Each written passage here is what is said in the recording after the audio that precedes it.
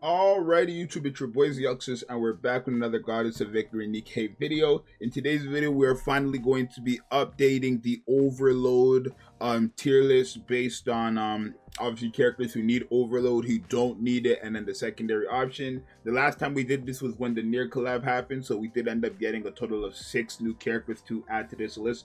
Keep in mind this is all SSRs, right? And this is again primary overload gear, so the characters who you want to focus overload gear on, the secondary characters who you want to focus overload gear on, and then the last option. So if you have damn near everybody else overload gear in these two tiers, right? So this is not based on obviously how good they are or how bad they are, right? Don't ask me why you see Neon in secondary overload gear. These are just simply based on characters who need overload gear to start performing, or not need it, but like who benefit heavily from overload gear, and then so on, right? So yeah, so obviously there's going to be healers and stuff in here as well because of just stats, right? The more stats, the more the heal, and it goes like that for majority of some of these characters here, at least the efficient ones, hence why.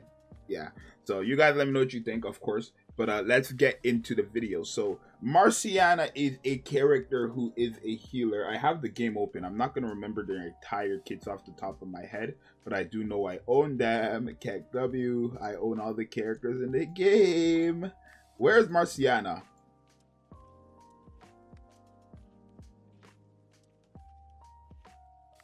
Marciana. So her kit, right?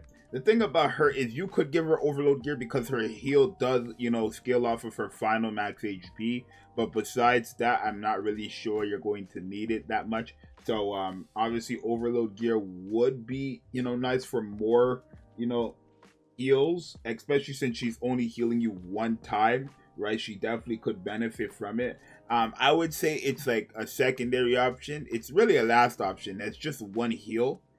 It is on the burst skill and it is very efficient since it's a 20-second cooldown, but it's like it's not necessarily worth the overload gear. Keep in mind overload gear, I also keep in mind that overload gear takes like time to get, and then if you have like for example one set, right? I don't want you guys thinking that this character is, so you don't really need overload gear for this character to heal, but overload gear will help her, right? So last stat is like last option is for her. Honestly, you don't really need it that much, all right? Even though she does benefit from it, it's just there's no point, right? Naga and Tia, the schoolgirls, I would give them overload gear. I know technically you don't need it since they're supporters and defenders. You don't really need it, but I would, only because, for example, Naga's attack scale off of her attack, right? So overload gear, you get more stats on your attack. With overload gear, the higher her attack, the better the buff, right? Same thing as her heal, it also scales off of her final max HP, so that's also including overload HP stats. And then also I guess that those are the only two, right? It's just the attack buff and then also the final attack buff. And then for Tia, she actually does scale off of final max HP for her shields, and then when it comes to her recovery of cover HP, it's off her final max HP as well. And then it's really as simple as that, right? Oh, cover max HP increases of the caster's max HP as well. So yeah, the more HP you have for this character, the better the shield, the better the character is gonna tank. So yeah, I would say Naga is probably a character if you are, because the schoolgirls are main contenders as well. So I would say definitely secondary overload option, and then also probably secondary overload option. Let me just keep it in order, right? These are characters that, especially since again you use them heavily, you're going to want to have overload gear for. I just took in, I have Noir in last option, and I think that makes sense. It's been a minute, remember, but I believe that makes sense for me to put it there because she's really just doing supportive stuff, right? She's giving an attack buff. It is based off of her attack, I believe, but it's such a low percentage, right? Let me just double check with Noir, right?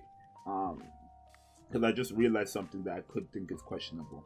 It's of the caster's attack, so overload gear does help her, but then everything else she does is I guess no, you don't have to have her last option. I don't know what that was. Let me fix this. You can put her here. Right, let's put her with the bunny girl here. That was a little questionable there for me. Carrie. She's a good healer, but honestly, I don't really recommend overload gear for her. Right? Because that's all she is. She's just a good healer, and unfortunately, because she's on a 40-second cooldown, it's just not worth it. Where is this chick? Where is this woman? Oh, I see her. There's so much pink hair girls in the game now, right? It's just not worth it, right? She lowers the attack of the caster's attack. She increases the attack of the caster's attack, but the percentages are too low. She just gives max HP, so you don't need any overload gear to increase her stats for that. And then she gives crit rate. The heal is very good because it's off her final max HP, but mind you, it's on a 40-second cooldown. So there's no real reason to give this character overload gear, right? I would only give this girl overload gear if everybody in my secondary overload gear option and everyone in my primary overload gear option has overload gear, right? That's essentially what this is. You focus on these characters first, and when you have all these characters here, then you can work on these characters, right?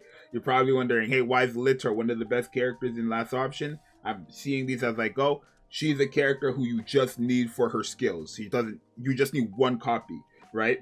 My no duped, non-geared Litter in terms of skills is going to be doing the same as a full-blown invested Litter. As long as our skills are all level 10, it's going to be the same performance, right? Because she just gives raw stats, right? She increases the cover HP of just like a percentage, and then also not raw stats, but like she increases the cover of a percentage, attack buff of a flat percentage. It's not based on anything, so you just need to have the character. When it comes to Small White, as we like to call her, she is obviously a free-to-play character. Really nice character. She obviously can benefit from it because she is a DPS character, right? She gives herself a nice attack buff that is based off her attack. She does also skill all her like damaging things off of final attack, so there's that as well. Yeah, it's really simple as that, right? She's just secondary, all right, because I think she's good enough, but essentially like she's not like Neon, but she does damage, but it's not primary, right? Like characters in overload gear are like the best characters in the game, or characters who need it to work. Hence why Alice is there, right? Snow White, Maxwell, Guillotine. These are characters who benefit heavily from overload gear, and the secondary option are characters who can get it and it will help them out a lot, but they don't necessarily need it, right?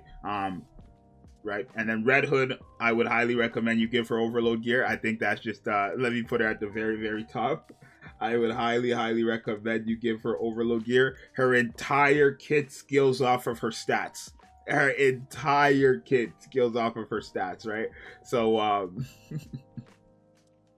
right, obviously, literally, if you get overload gear, you get her charge speed. If it passes 100%, it's going to get converted to charge damage. If you give her charge damage, it's going to be helpful. Her defense skills off her defense. Her HP recovering is skills off her damage. Her attack buff skills off her attack. Her attack buff to all allies skill off her attack. Right, she's the character who her entire kit essentially with overload gear skills off of you need overload gear for her, right? You don't need it obviously because she's not one of those characters who are like, I would say she's overload dependent actually. Never mind. I would say she's overload dependent. Yeah, definitely Red Hood needs overload gear right now. Probably one of your main focuses, especially after she gets her buff, right?